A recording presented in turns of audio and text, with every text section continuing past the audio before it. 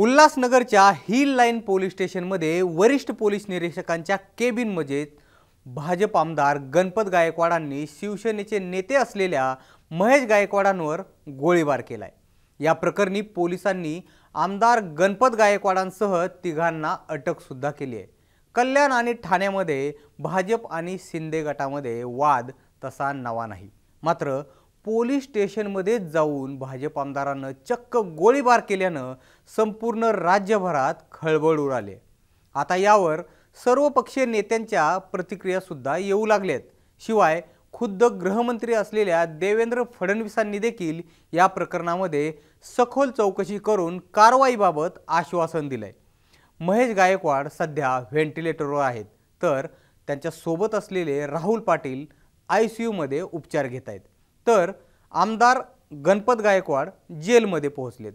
हे सगळं प्रकरण सुरू झालंय ते एका जमिनीच्या वादातून सुरू झालेलं हे प्रकरण पोलीस स्टेशनमध्ये गोळीबारापर्यंत कसं पोहोचलं यामागची इनसाइड स्टोरी आपण पुढील काही मिनिटात जाणून घेऊयात।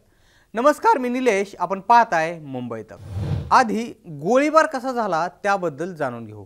या घटनेचे CCTV फुटेज समोर आलेत, ज्यात स्पष्ट दिसतंय की वरिष्ठ पोलीस निरीक्षकाच्या दालनामध्ये महेश गायकवाड यांच्या सोबत 5 लोक समोर बसलेत। तिथं आमदार गणपत गायकवाड देखील आहेत। त्यांच्यामध्ये काहीतरी चर्चा सुरू असल्याचं दिसतंय। अचानक काही वेळानं आमदार गणपत गायकवाड उठतात आणि बेछूट गोळीबार सुरू करतात आणि मग धावपळ सुरू होते। सगळेजण जीव वाचवण्यासाठी पळत सुटतात। गोळ्या संपेपर्यंत गणपत गायकवाड गोळीबार करत राहतात। त्यानंतर ते रिकाम्या झालेल्या बंदुकीने देखील महेश गायकवाडांना मारहाण करतात असं या CCTV मध्ये दिसून येते। पोलिसांनी सुद्धा याबाबत माहिती दिली आहे। पोलिसांनी म्हटलंय 10 राऊंड यामध्ये फायर करण्यात आलेत। एका बंदुकीमधून 6 तर दुसऱ्या बंदुकीमधून 4 राऊंड फायर झालेत। गणपत गायकवाड आणि महेश गायकवाड हे दोघेही तक्रार देण्यासाठी पोलीस स्टेशनमध्ये आले होते। दोघांमध्ये काही चर्चा सुरू होत्या। त्यावेळी बाहेर जमाव आला होता, त्यामुळे इथले जे PI आहेत ते त्यांना समजावण्यासाठी बाहेर गेले होते। त्याच दरम्यान अचानक गणपत गायकवाडांनी उठून शांत बसलेल्या महेश गायकवाड आणि राहुल पाटील यांच्या दिशेनं नेम रोखून गोळीबार केलाय असं पोलिसांनी सांगितलंय। हा गोळीबार आत्मसंरक्षणासाठी अजिबात झालेला नाही। CCTV मधून स्पष्ट दिसतंय महेश गायकवाड आणि त्यांचे सहकारी शांतपणे बसले होते। गाफील असताना त्यांच्यावर गणपत गायकवाडांनी गोळीबार केलाय असं सुद्धा पोलिसांनी सांगितलंय। दुसरीकडे होय, मीच गोळीबार केलाय असं खुद्द गणपत गायकवाडांनी सांगितलंय।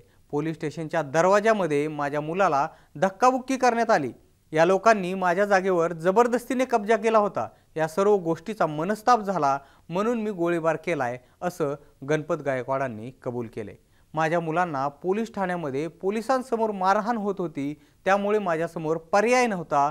पोलिसांसमोर माझ्यावर जर कुणी हल्ला करत असेल तर माझ्या आत्मसंरक्षणासाठी असं करणं गरजेचं होतं असं सुद्धा गणपत गायकवाडांनी सांगितलंय। आता या प्रकरणाचं मूळ असलेलं ते जमिनीचं प्रकरण काय आहे ते बघूयात।